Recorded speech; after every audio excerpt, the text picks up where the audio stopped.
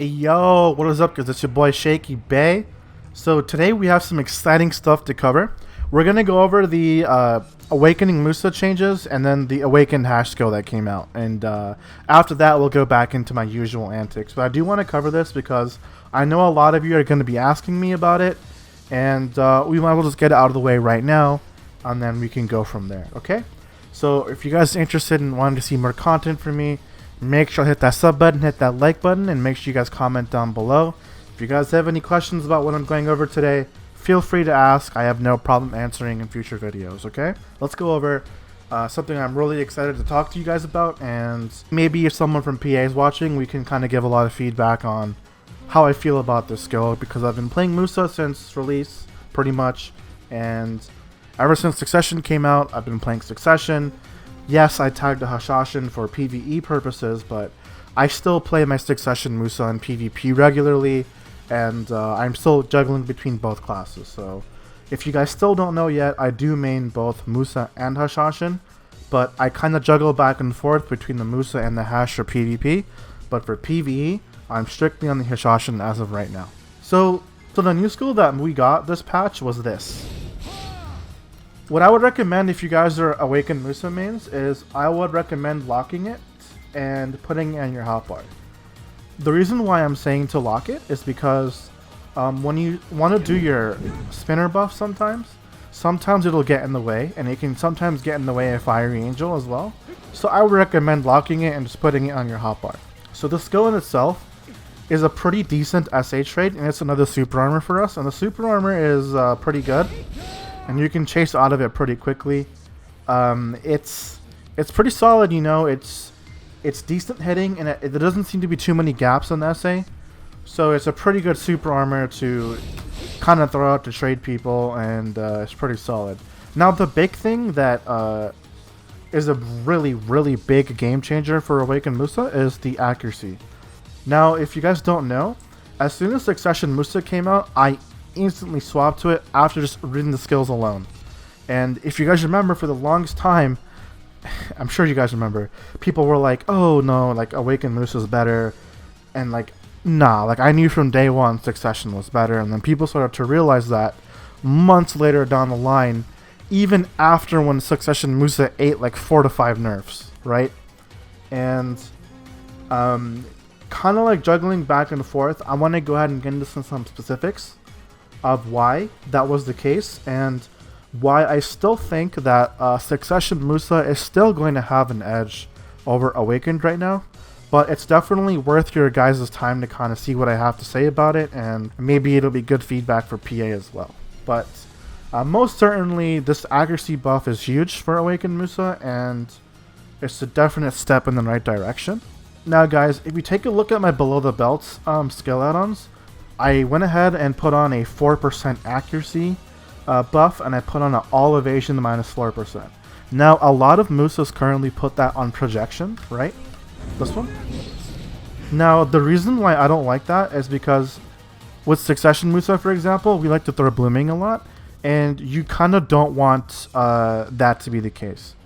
A lot of the times when you're going to be doing large scale, or you're going to be doing regular SA trading, it's going to be better to have it on below the belt, because projection is a skill that a lot of Musas that I have seen kind of just like throw it out willy-nilly, or they'll try to just throw it in a SA trade. And against like any solid PvPer or good player, you can really easily get out of projection, and I just wouldn't recommend that. I think it's much stronger to have it on a skill like below the belt, 'cause that's like one of your main engages in terms of SA trading, especially in large scale. And it just makes more sense, especially with the fact that now when you self buff, right, it's going to look like this. Right? That's pretty much what it's going to look like. And I think that's a better trade-off. So I want you guys to keep in mind the accuracy with the below the belts, and then of course the new buff. Now I went ahead and I made a small little document on the Awakened Musa accuracy comparing to the Succession accuracy, right? So we're gonna get 2% from our passive tree, so you guys know where you add up the monster damage. A lot of people don't know this, but you actually gain 2% accuracy from there. With the new 9% add-on, that's another 9%. and then with another 8% we're getting from the minus 4% evasion, and then we're going to get that from the accuracy. So what that gives us now is a 19% buff.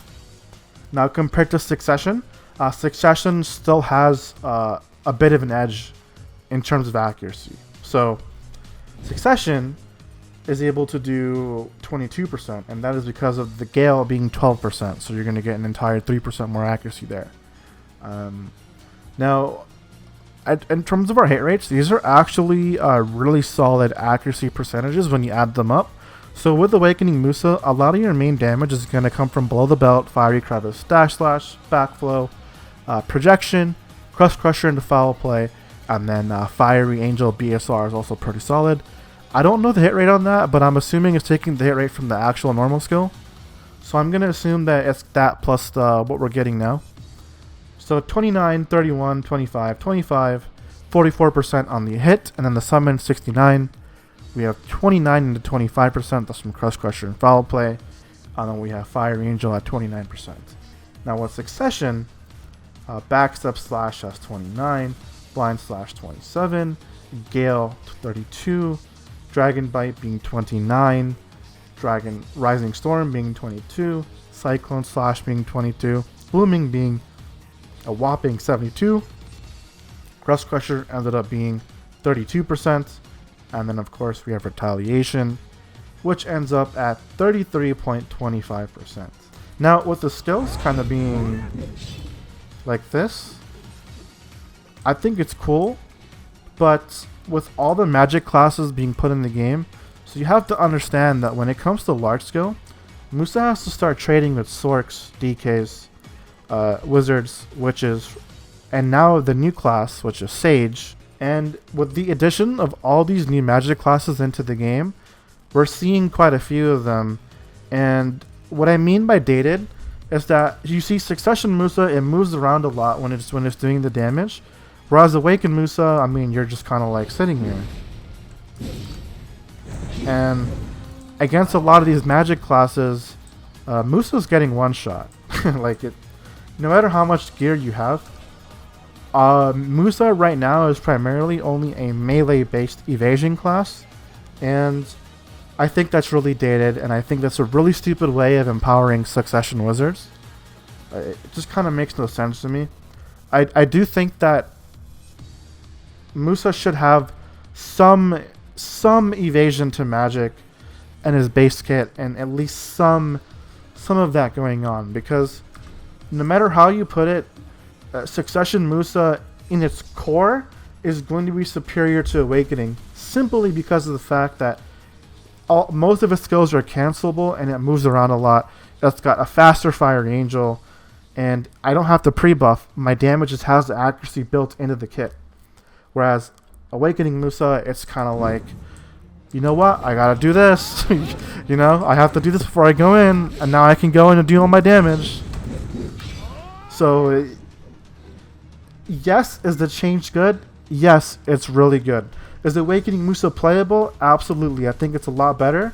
I personally do think that you really can pick between Awakened Musa and Succession Musa now for PvP.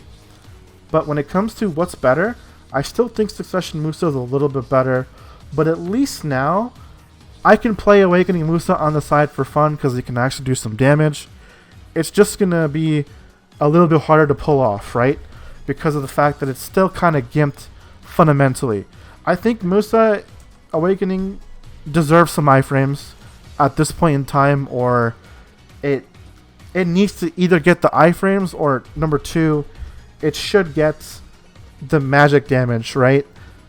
I think that's the biggest thing for me. Like, Musa has no problem trading against melee damage, but when it comes to the magic damage, it's just getting one shot in Awakening all day, every day, whereas at least in Succession, I can kind of maneuver my way around that. In Awakening, you can't really do that right now. How are the hit rates? With the hit rates, can I use often? Yes, you can use often with Awakening Musa.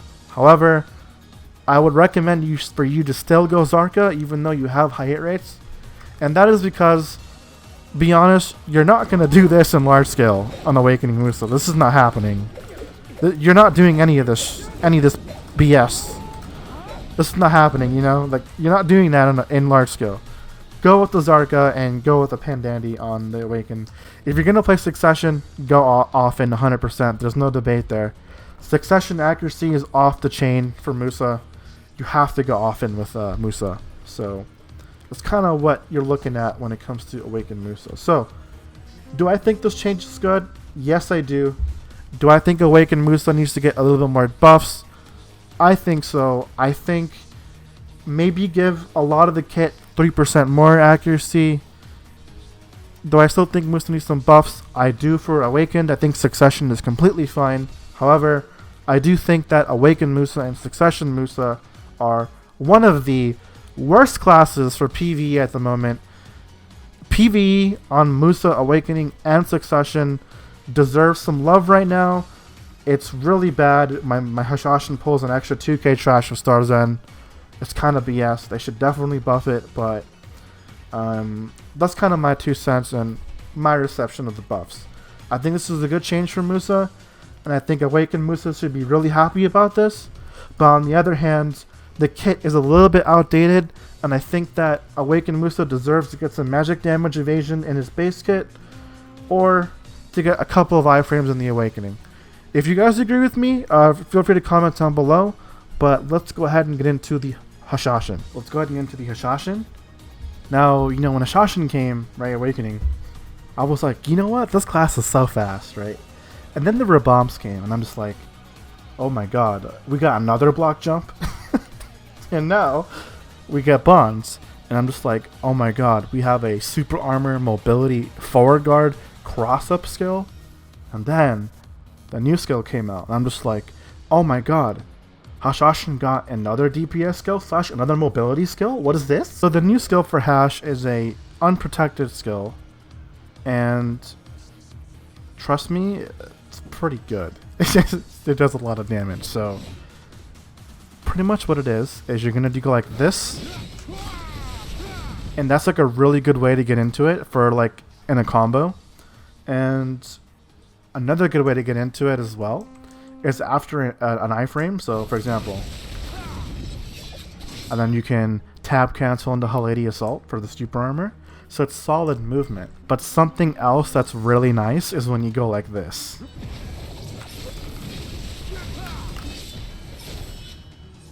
This skill is really good for the Hashashin. It's another option for us to do some damage. It gives us another float in our kit.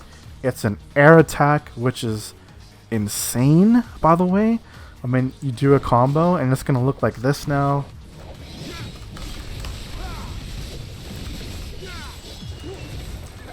That stuff flows super nicely. So that's kind of my main ways I kind of use the Silent Breach. I think it's a solid skill. It gives us some extra mobility.